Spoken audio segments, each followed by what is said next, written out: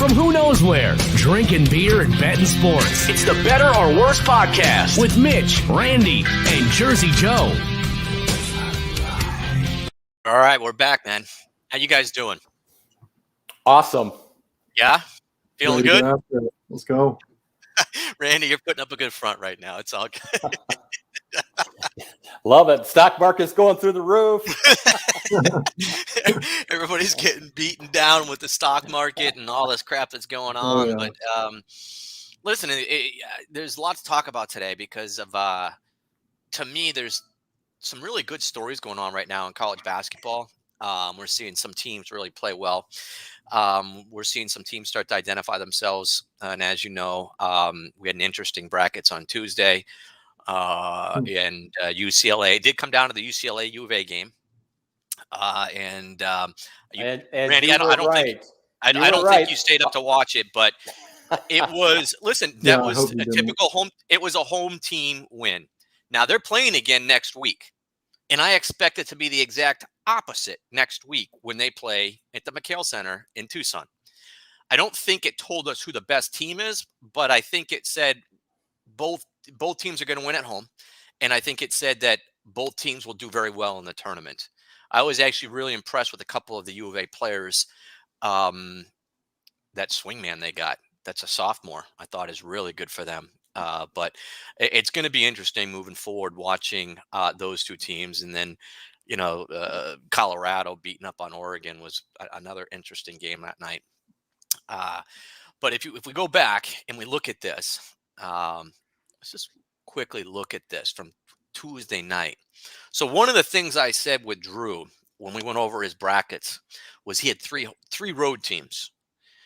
And that didn't pan out too well. Did you watch any of those games, Drew? Oh, I watched all of them. I caught the end of Cincinnati. I saw they were up most of the game. Yeah. Had so many chances to close it, but just couldn't.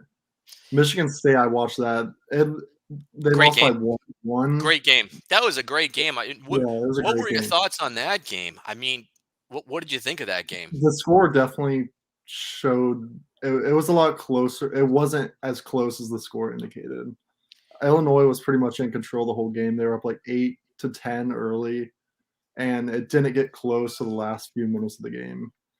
Which I think we learned something about Illinois. We kind of touched on it the other night.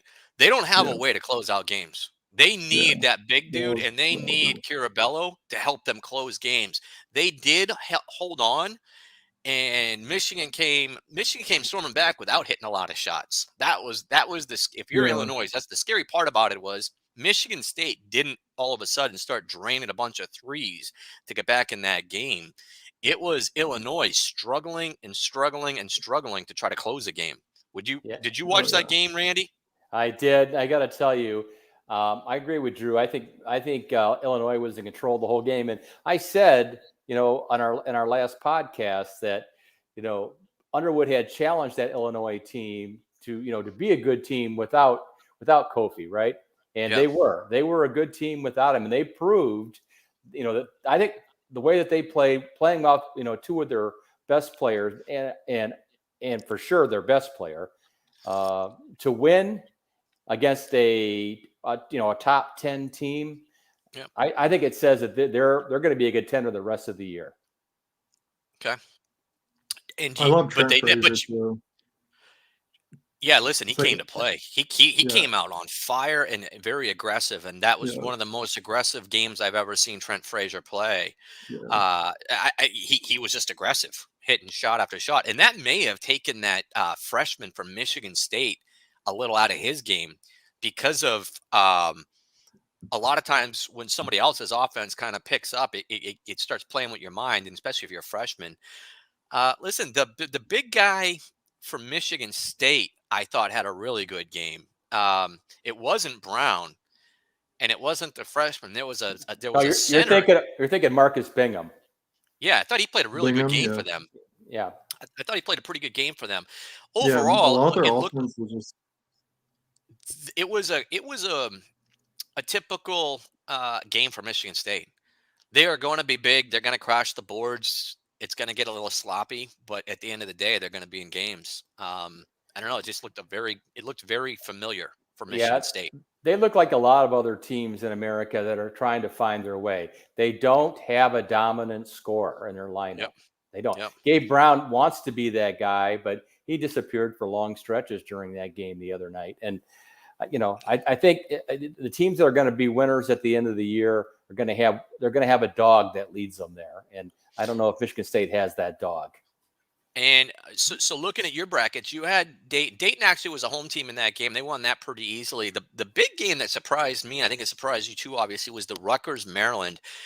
Ayala had a big game, but there was a secondary player. It's escaping me right now that actually had 23 or 24. Ayala had 22, I think, but a secondary player had a big game for them, and that was the key, I think, in them winning that game. So something we haven't seen out of Maryland was a secondary player helping Ayala really Yeah. along, and it happened the other night. Because again, I think it's a big win. You go into Rutgers and you beat them at home. I think it's a pretty good win. The last game of the night, I absolutely stayed up for, and wanted to see the starting five for UCLA playing together and what they were going to play like. And I thought they played very aggressive. Jaime Jaquez, I think is his name, was much better in that game than I've seen him most of the season. I mean, I thought the team just played really aggressive and really good. And I think that was watching the games, it seems like the teams that played very aggressive won, and the teams that didn't come out as aggressive and played passive at the beginning kind of fell far behind and couldn't get back in the games. I thought Kerr for Arizona had a really bad night too. I mean, he had a really off shooting night, and I think he hurt them in that game. Well, Tabolis was definitely injured. Listen, he didn't show up. Tabolis didn't do much. That swing man, I keep forgetting his name, but he was a freshman, might have been the freshman of the year in the Pac-12 last year for U of A. And he is their leading scorer. He had a good game. He's a sophomore. He had a really good game. My guess is he's going to the NBA after this year. He seems like an NBA, like he's ready for the NBA next year. The two big men that they have, Koloko and Obaggio or Obigio or something to that effect. Man, those guys are big. They are really big because Cody, I think it's what's his name, Riley, has got to be about 6'9", 6'10", and he's next to those guys. You see a decided difference in height. So I think that they're playing again next week, and that it should be an interesting game in the McHale Center. What do you guys have anything else from Tuesday night's brackets? I just want to say that the Rutgers loss to me kills them in the race for the Big Ten. I think I thought that was a do or die game for most of the teams, or for those two teams, and for Rutgers to lose that game at home, I think it tells you where they are. I still think they're going to make the tournament. I think there's going to be a lot of Big Ten teams getting in the tournament this year. It wouldn't surprise me if Northwestern snuck in there. I think Northwestern's a better team than Rutgers after watching, the two games this week.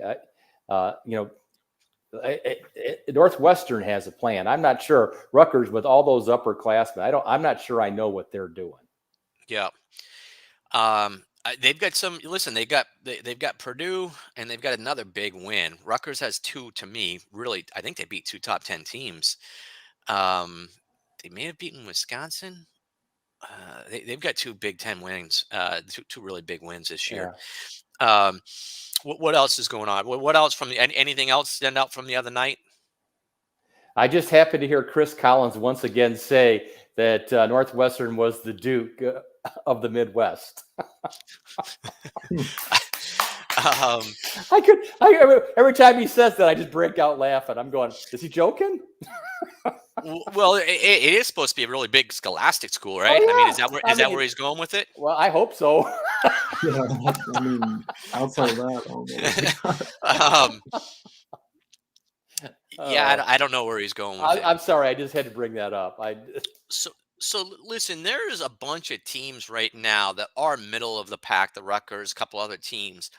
And I've had my eye on one team that I think is going to make a big push. Are there any teams that you guys think right now are in the middle of the pack in their conference that are going to make a push and end up being maybe a scare in the tournament or get into the tournament that might, they're in the bubble now, but they could be a good team, might be underplaying where they're supposed to be playing?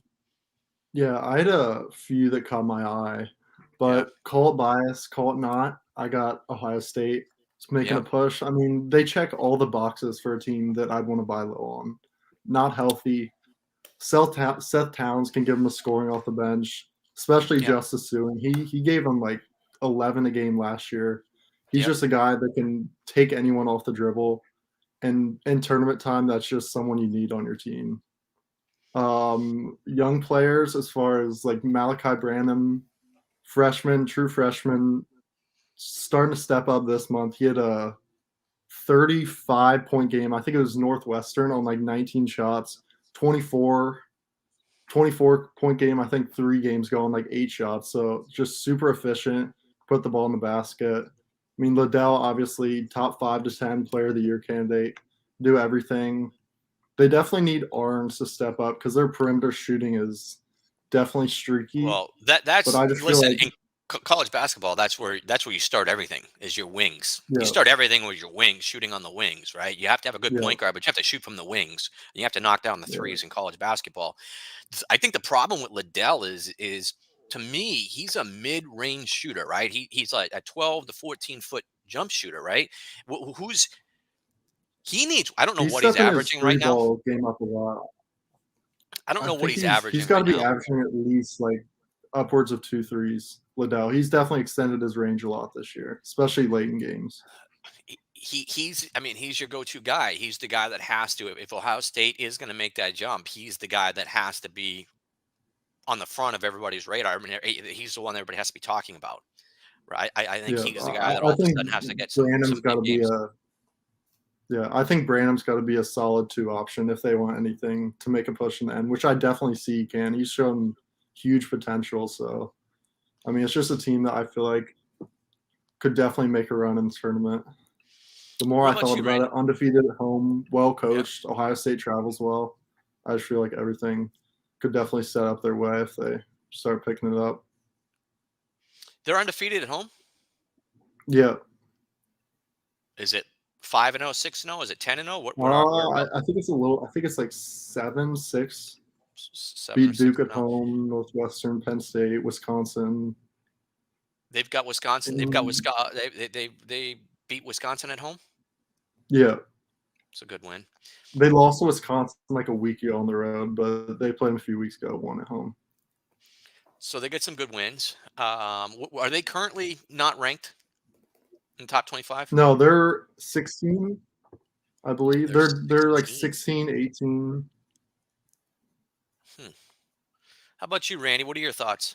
Well, I'm gonna go to the opposite way. I'm gonna go with Michigan, and the reason I would say that is Michigan has been a 500 team now for the last 2 weeks. They've had to deal with COVID, right? Yep. They have all these freshmen that have gone through their learning pains. Let's be honest, they just haven't been a very good team up till about a week ago, and then they went into Illinois without Hunter Dickinson, gave Illinois a game, and then they've won every game since. And Caleb Houston is starting to finally emerge, right? Devontae Jones finally starting to look comfortable at the point. And Frankie Collins has come off the bench. He's a kid from Vegas, true freshman, and he's starting to give them some minutes, starting to do some things. If you're talking about teams that nobody's talking about right now who's not ranked, and has a chance to make the tournament, make some noise, I would say Michigan fits that bill. Can they shoot? Do they have a shooter yet? Their downfall for a year and a half is they haven't had a shooter that could hit threes consistently. Well, that's what plagued them earlier in the year. But Caleb Houston had 6 3-point makes against the game before Northwestern. Escapes me who it was. And then he came out and he made his first 4 the other night. So, Indiana. Didn't they beat up on Indiana? That was Indiana where he had the 6 makes. Yeah, right. Yeah, and Indiana came back strong last night. Right, and that was a nice road win for Michigan. Yeah. And the problem that they're going to have down the stretch though is that they lost those 2 COVID games and they're going to make them up, which means they're going to have 3 or 4 games in a couple of weeks. Yeah. And that's going to be tough to do. The good news for them is the 2 games they're making up are both home games. The bad news is they're against Michigan State and Purdue. So, yeah, they have to make those up. Those are important games. Those are really important games for the whole conference. Right. The team I'm looking at is actually in the SEC. So there's a team that I've been following, and everybody's talking about LSU. Everybody's talking about Kentucky, Auburn, Tennessee. I think the team that is going to rise and have the best chance in the tournament is actually Arkansas. When I look at Arkansas's team, they have 4 senior guards, and they're the top 4 scorers for them. So their top 4 scorers are all seniors. And one is a transfer, which is Lights, who came over from Miami. And this is his first year. He was in the transfer portal. I think they've won 5 in a row now, and they seem to be starting to play much, much better as a team. And when they put that press on and they put that defense on, I think they're going to be tough. I actually think that they're going to win the SEC tournament this year. So I think that they'll win the SEC tournament. I think that they're about ready to come back into the top 25 and start making some headway. And I look forward to them making a run in the tournament. I think they're going to be a very tough team, a very tough out for a lot of teams coming up in the tournament. So that's a team that I'm looking for. Well, they're 15-5 now, aren't they? Isn't that what they've won 5 in a row? But they're not a top 25 team right now, because everybody's looking at LSU. Everybody's saying, "Watch out! Here comes Kentucky." Everybody's still talking about Tennessee, and then Auburn, which is number 1 in the nation. So nobody's paying attention to Arkansas. And again, that is a team. Their top 4 scorers are all seniors, and they're guards. So they go outside and then in. None of them are really good 3-point shooters. None of them shoot like 45 or 43, 44% from behind 3. But they score. They got Note, who's a 19-point scorer. The rest of the guys fall in at about 12, 14, and 16, which I like a lot. I like it when it's spread out, especially across a bunch of seniors. My big thing is they got 4 seniors at guard. And I think those guys will get it figured out. And I think Note will, by the end of the season, will probably be one of the 2 SEC, potential SEC players of the year. Yeah. They missed him for 3 games recently. They also had a forward, Johnson, that was suspended from the team for discipline reasons. He came back and he just had his first game back. So I like Arkansas, and that's a team that I think a lot of people are going to start hearing about, and they're going to make some headway. All right, here's what we're going to do. We're going to take a quick break and take a quick commercial for Sport Hitters. We're going to come back, and we're going to talk about some games and break down some of today's board. So what's it like playing Sport Hitters, whether you're at your favorite bar or just anywhere?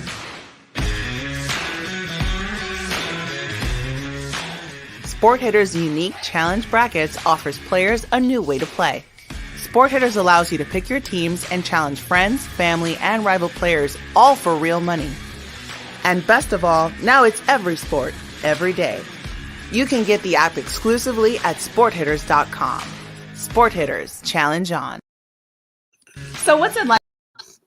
We almost rolled it twice. That would have been interesting. There we go. Double shot. All right. So, we're in the segment now where we're going to talk about today's board and pick out some games. And here's to you for last week, for Tuesday, winning the Sport Hitters bracket. We're not worthy. No.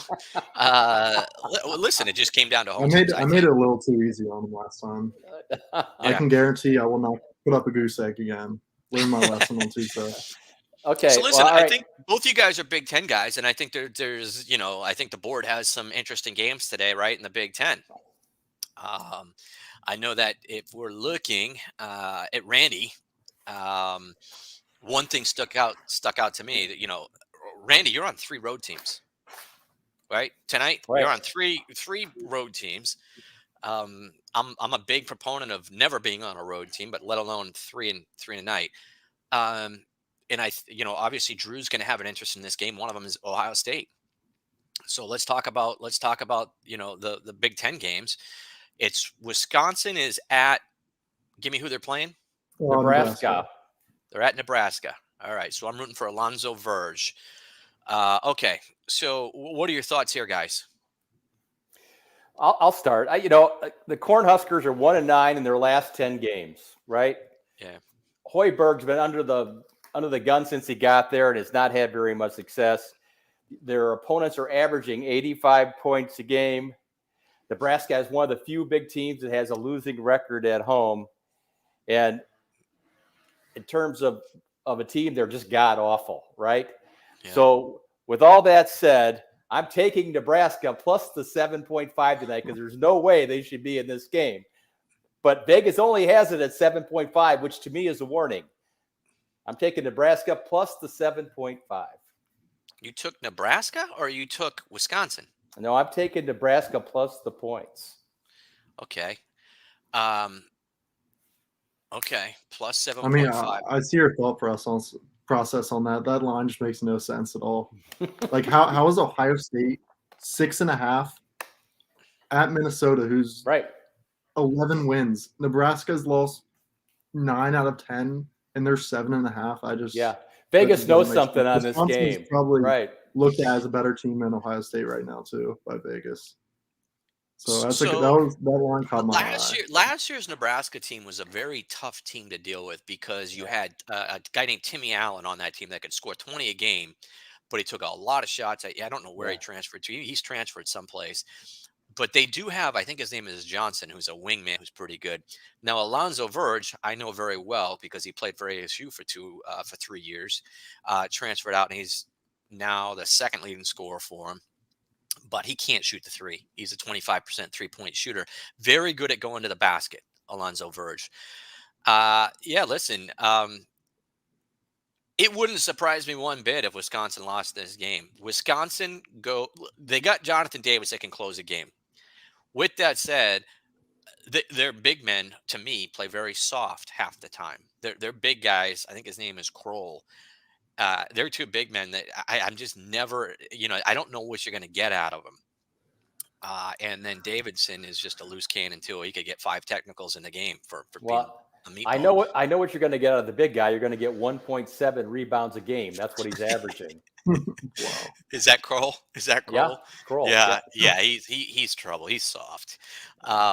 This is an interesting game. But I believe when we talk about brackets, you're on the other side. For some reason, I thought you have Wisconsin in your brackets, Randy. Do I? I have Wisconsin.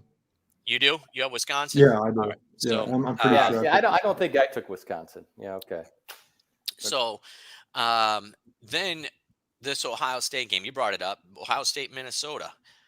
I haven't watched a lot of Minnesota this year. I loved watching them the last 2 years. I don't know if they still have that 7-foot center. Do they still have the big 7-foot center that transferred from George Mason or George Washington, one of those transfers? I don't know. I haven't watched a lot of Ohio State. What are your thoughts on these games, guys? What's your thought on this game? Go ahead, Drew. I mean, Minnesota won by 3 in an ugly game. I think it was Rutgers last game. Yeah, and they dropped 4 since. So I don't think a win against Rutgers at home is any indication that they're going to start around here against Ohio State. So, I mean, I like Ohio State. I was thinking about making this one of my plays, but at the end of the day, I was just more confident in Wisconsin. Okay. And then another game that's on the road is Purdue, right? Yeah. Is Purdue. This is an interesting game because Iowa's got, I think, the leading scorer in the nation. Purdue's going to roll out 5 or 6 guys that can throw up 20 at any point. But they're on the road. And historically, over the last 3 years, especially under the Painter era, they're not a good road team. They don't go out and win the big road games in the Big Ten. That's what would scare me in this game. You look at it and you're like, Purdue is stacked. They don't travel. They do not. That team does not travel well. What are your thoughts, Randy? I agree with you. They have underperformed on the road. And I think it's been a point of emphasis for Matt Painter. I know he's been talking about it at practice. He's been talking about it in the press.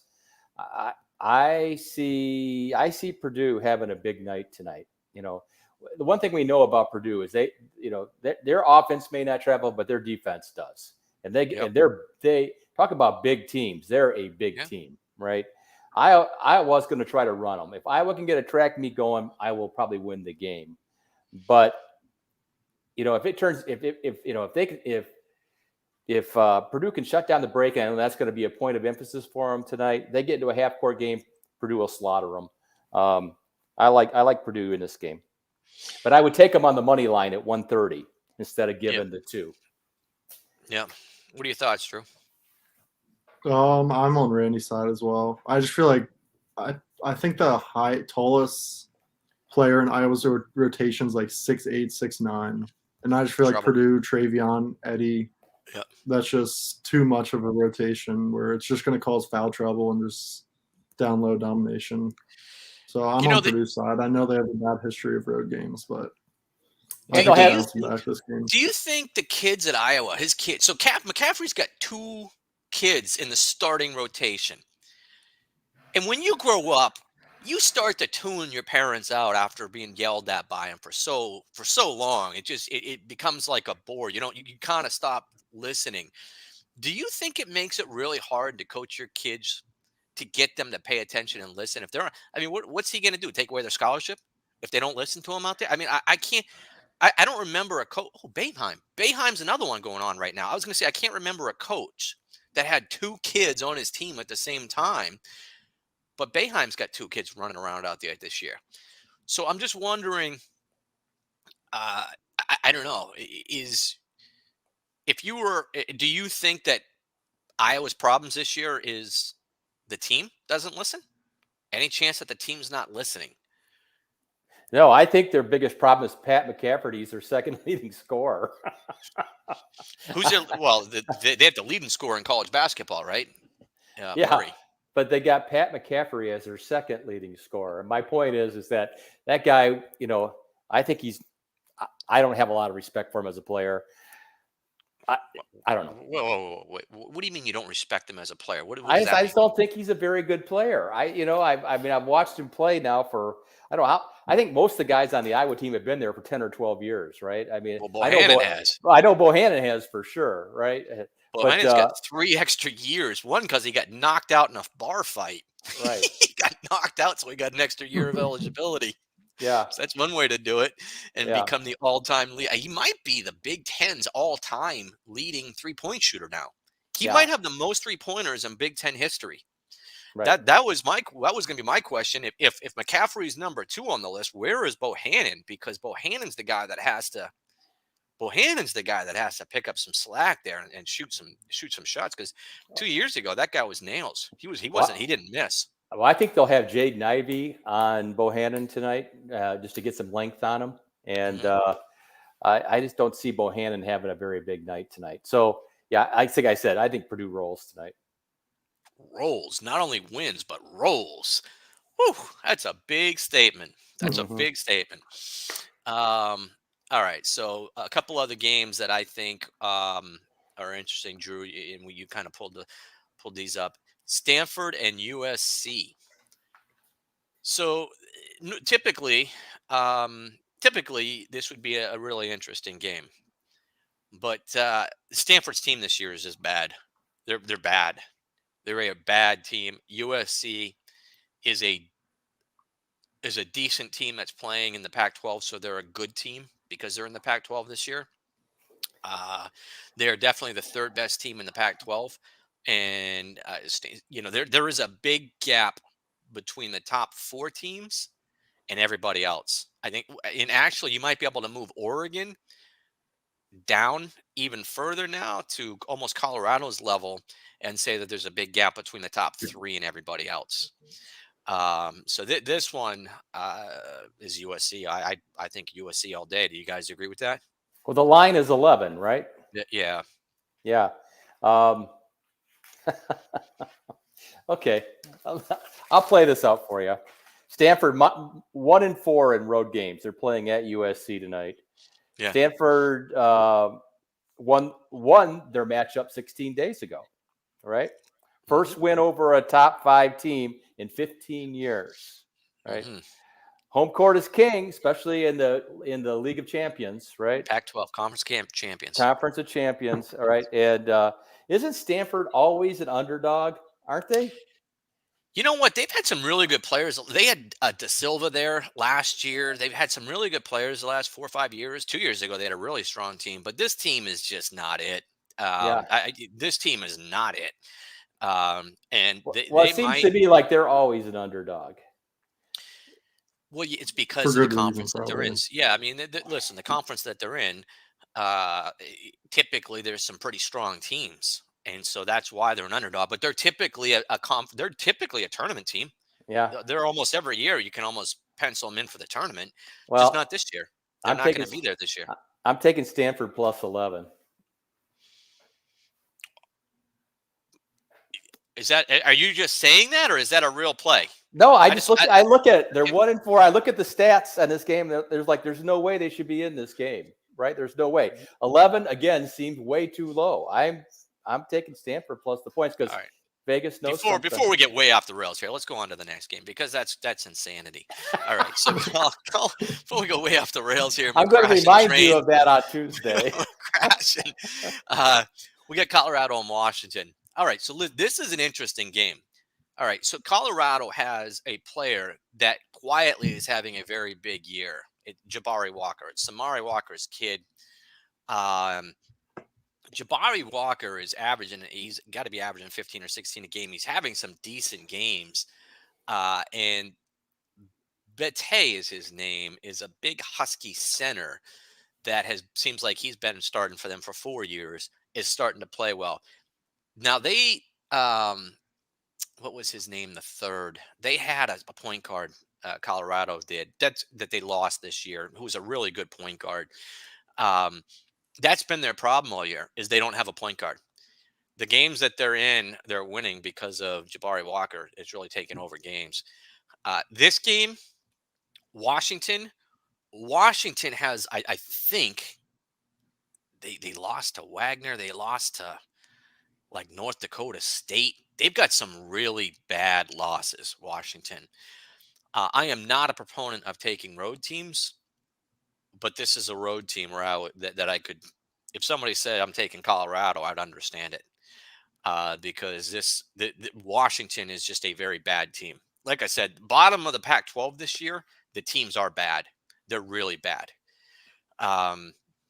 And Washington's right there at the bottom with ASU, with Washington State. Really But bad teams. aren't you the one who says home court advantage is king? 100%. Yeah, and what did I just preface that with? Yeah. I'm not going to bet Colorado, but I could get with understanding why somebody would take them in this game. I don't believe in taking road teams at all. I'm not on it. I'm not taking. This was something that you guys wanted to analyze, and that would be that would be it. Do you got something to add for Washington in this? Well, I think I agree with that. I think Washington's bigs are terrible, and Cole Badgema's playing for them, so that tells me something too. But Colorado is only 109th in the country in offensive efficiency, so they're not exactly an offensive juggernaut themselves. They're not. They're not. So Jabari Walker is a slasher.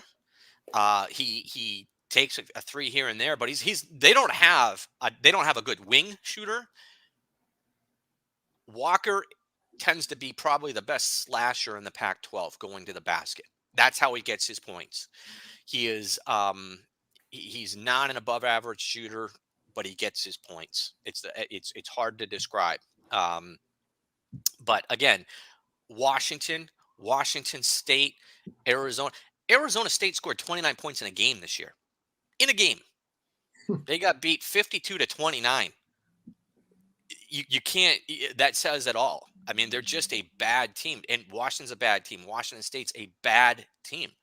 So, breaking this game down, I would say, yeah, Colorado could be is a live play for a road team. But outside of that, I have a couple games that I'm very interested in, and kind of go in line with your daily picks. Yeah, absolutely. Yeah. So here we go. That's a good segue, Mitch. Nicely done. Yeah. So I've cut Wagner. They're at home. They're actually a big favorite, but I like them in the sports book too. They're a 15-point favorite, and I actually like them, and I like them in the sports book. Sacred Heart. Who's Sacred Heart? That's the school that Bobby Valentine went to as the athletic director and then just resigned. Who's Bobby Sacred Valentine? Bobby Valentine coached the Mets, manager of the Oh, Mets, wore the I thought mustache. we were talking basketball here. I don't. We are. He was Oh, yeah. actually he went to that school as their athletic director. When he Oh. left the Red Sox and got fired, he ended up at the Sacred Heart. Mm. And the other team I like is Marshall. So I believe Marshall is a 2.5-point favorite at home. I look for those numbers. I believe Sacred Heart, if I'm not mistaken, is a 7.5-point favorite at home. And then Wagner is a big favorite. So I took all home teams.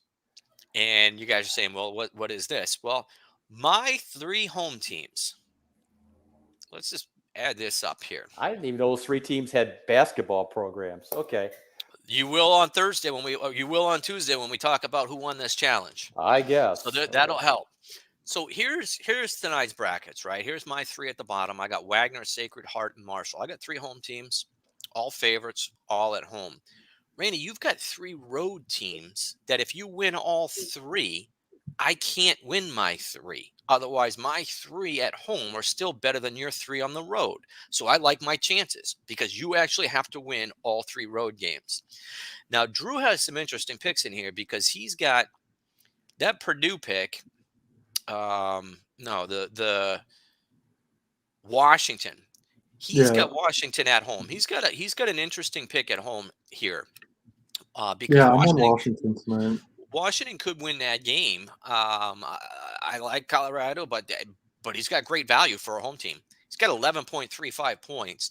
That's a big difference maker in brackets. That's a very big difference maker. I'm going to need that one. I like my other 2, so hoping for a big Washington game. Last time they matched up, their guards shot like 6 for 27, and they lost by 14 on the road.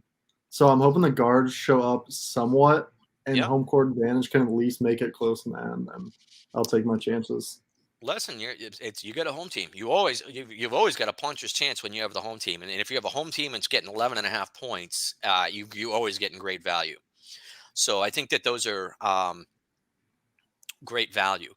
And but again, Randy, I think you've got just a bracket. I get it, but it just doesn't add up. Favorites. That's the problem. They're road favorites. They're road favorites, so you're not getting any points. You're not getting any points. No, road favorites pay more than home favorites. I mean, come on. No, I'm playing to win the game. I want to win the game. I got to win my 3 games, right? Yes, I got 3 winners. You could win your 3 games. I have 3 winners. Could win you very may well. You very well may have 3 winners. It might not add up to winning the brackets, but you might go 3-0. My point is, even if you go 3-0, you're very susceptible to getting beat. Well, I know you got Little Sisters of the Poor in your bracket, but we'll figure out at the end of the day here. Sacred Heart, and Marshall. Oh my God! Yeah. Wait. All 3. So listen, is there ever a number? So here's the difference. In the sports books tonight, I'm on San Diego and Bryant because they're both on my favorite number, -7.5. I love home teams -7.5. San Diego and Bryant are both 7.5-point favorites. Are there any numbers that you look for, Randy? Is there any particular pattern that you look for when you're picking games for the book? I like home teams that are pick'ems. Those are favorites of mine. Yep. Okay. Drew, is there anything that you usually look for sports books when you're picking games? I mean, I guess I'd say 2.5. What's your big thing on 7.5? Because I mean, I feel like 2.5 if it's one possession game. So 7.5. What I've noticed in the last sports, and you get fouled, then you can hopefully cover that. Yeah, so I've been on that number now for 2 years. I love home teams favored by 2.5, but I love home teams favored by 7.5 because you have the better team. So at 7.5, you have the better team and they're at home. And a lot of times, so when I break down a college basketball game, to me, a road team goes on a run. A good run on a road team is 6 to 8 points. But a good run for a home team, 12 to 14 point run. 18 to 2, 16 to 2. Bigger runs happen for home teams than they do for road teams. And the 7.5 point favorites is to me a confused line by the books. We're scared of this line. What it's telling me is that they probably would like to see it higher, but they can't because it'll influence. If you look at the games that are 7.5 points, typically there's a lot of people that are going to take the dog in that game. I am always going to be, because it's typically they're closer, but a lot of times you'll see them be 20-point games, 25-point games. It's happened 3 or 4 times. As I was mentioning to Randy, the first time I've seen a team lose as a 7.5 point favorite, not cover it, was last night was Michigan. Michigan went into that game a 7.5 point favorite over Northwestern. First time all year I've seen a 7.5 point favorite at home not cover the line. So it's one of my favorite numbers. I follow it religiously. And tonight, San Diego. But had you taken them on the money line, you'd have still won, right? Yeah, but they're going to be a heavy. So 7.5 point favorite, you're looking at a pretty heavy money line. You're probably looking at 170, 180. It's a pretty heavy pay to move that number down. At the end of the day, I love 7.5 points. When I see it, I'm not afraid of it. No matter who it is, I'm not usually afraid. It would be interesting to see what the winning percentage is. Maybe this is a group project for us to figure out how many teams that are 7 or 7.5 points actually win the game.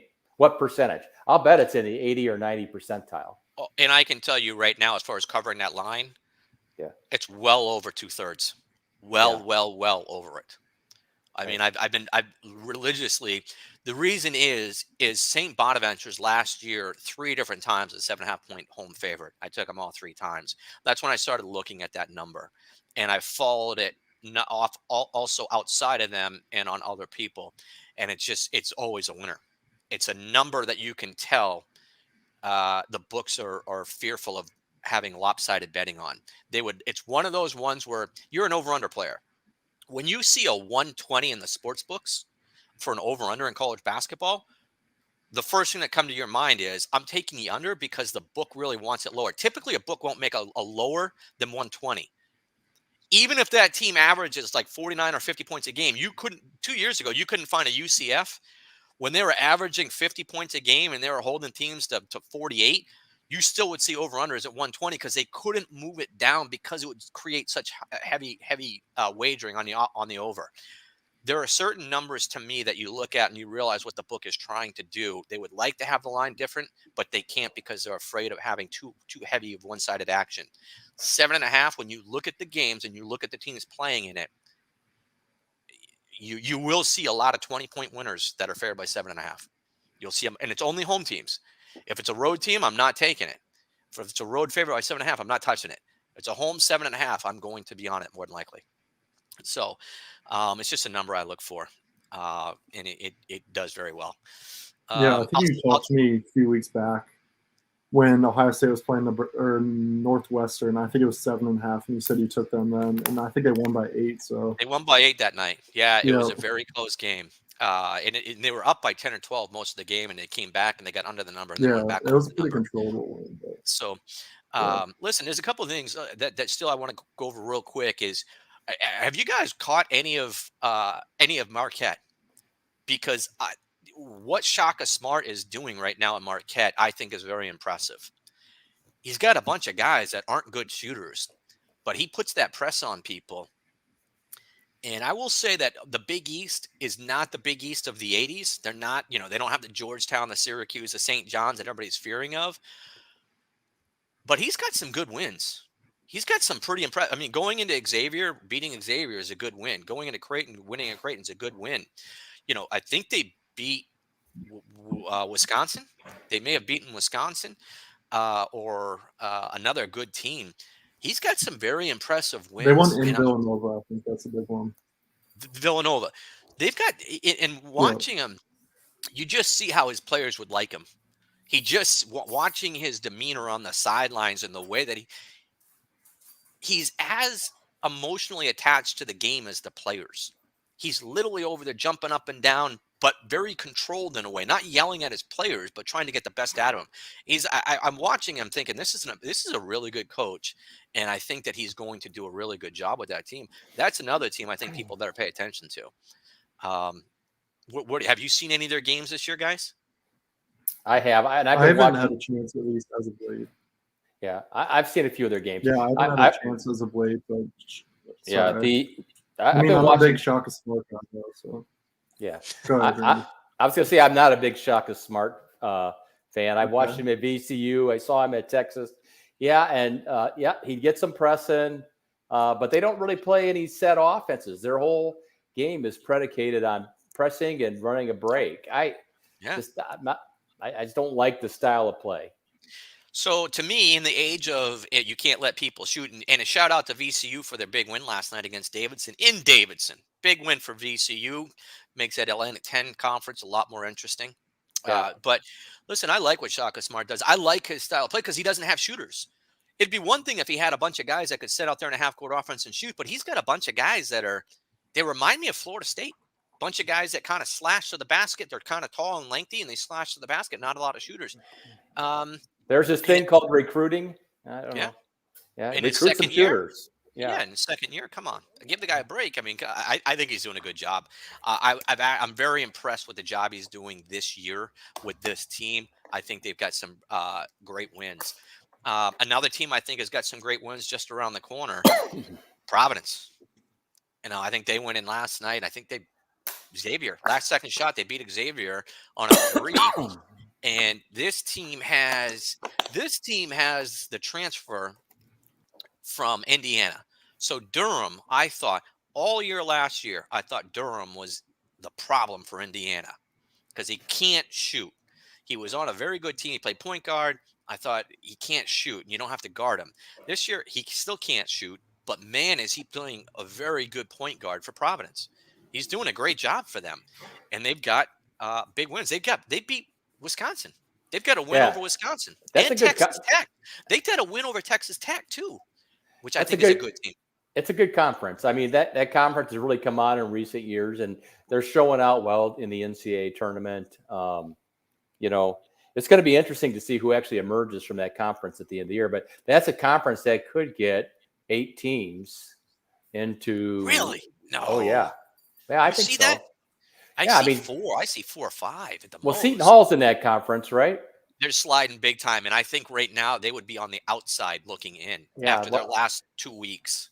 Well, you asked earlier in the show who I saw that's down right now or in the middle that could make a run. I like Seton Hall. They got a nice team. You like their team?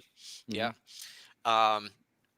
Is the Ewing, to me, I think one of the biggest questions about the Big Ace is, will Ewing make it through the season? I think at this point, it's a foregone conclusion he's getting let go of that team. Will they, out of respect for everything he did for the university, allow him to get through the season? Because right now, it's a miserable thing to be a Georgetown fan and to be a supporter if you're a Georgetown fan, because they're just plain awful. They are awful. What are your thoughts on that? I mean, do you think they allow him to stay out of respect for what he did for the school? Well, I always ask the question: if you're going to fire a coach, you got to know who you're going to replace him with. So the question would be, who can they get right now that's actually better than him, that can start the recruiting process and do all the things that you need to do as a head coach? I say he stays to the end of the season. Well, Louisville's coach just became available, right? Mac just became available for some program. The fact that he took the axe for that, everything that was left in his lap when he got there, I think is kind of crazy. You're a Kentucky guy, right, Randy? Originally, you've got some family in Kentucky and you've got some roots in Kentucky. Yeah. Are they Kentucky supporters? Are they Louisville supporters? What's coming out of Louisville? I mean, to me, it was a crazy firing. Yeah, our family split right down the middle on the two teams. They get kids going to both schools, but I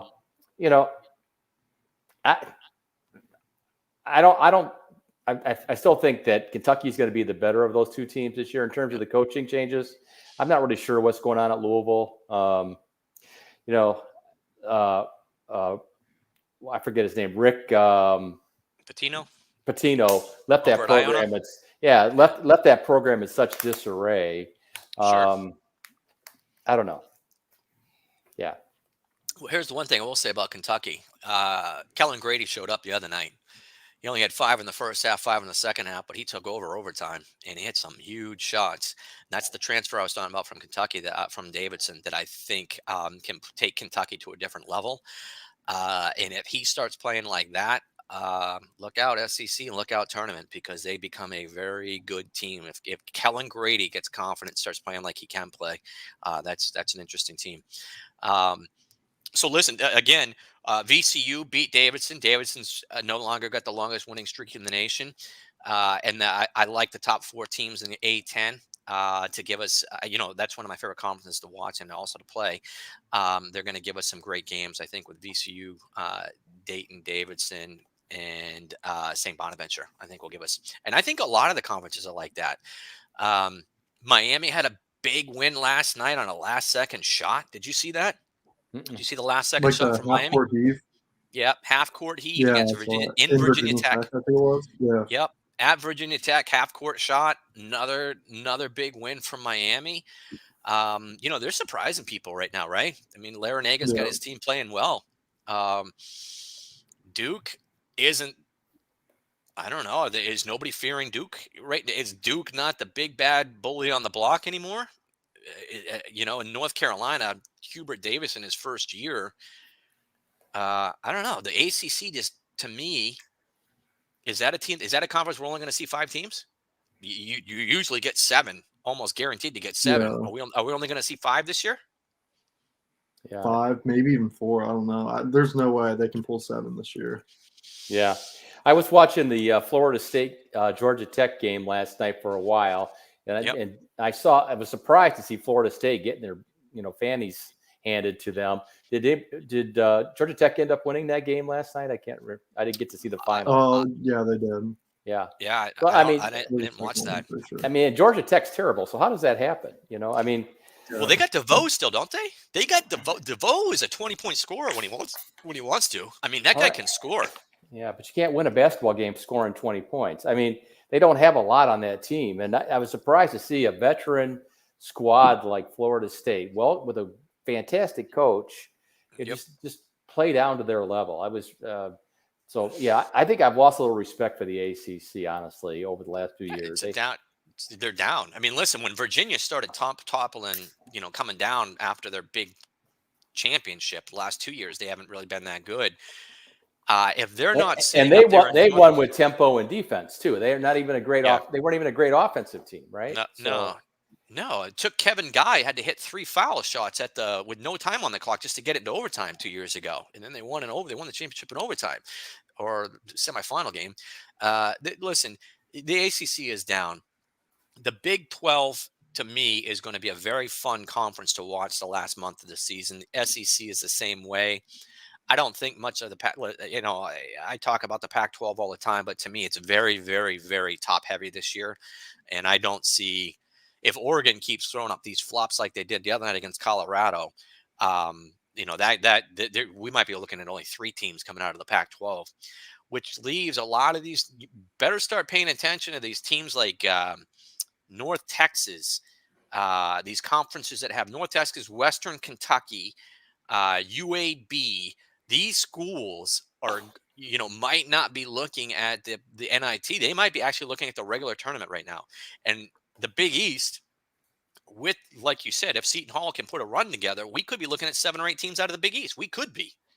So I think the next month is going to be very interesting.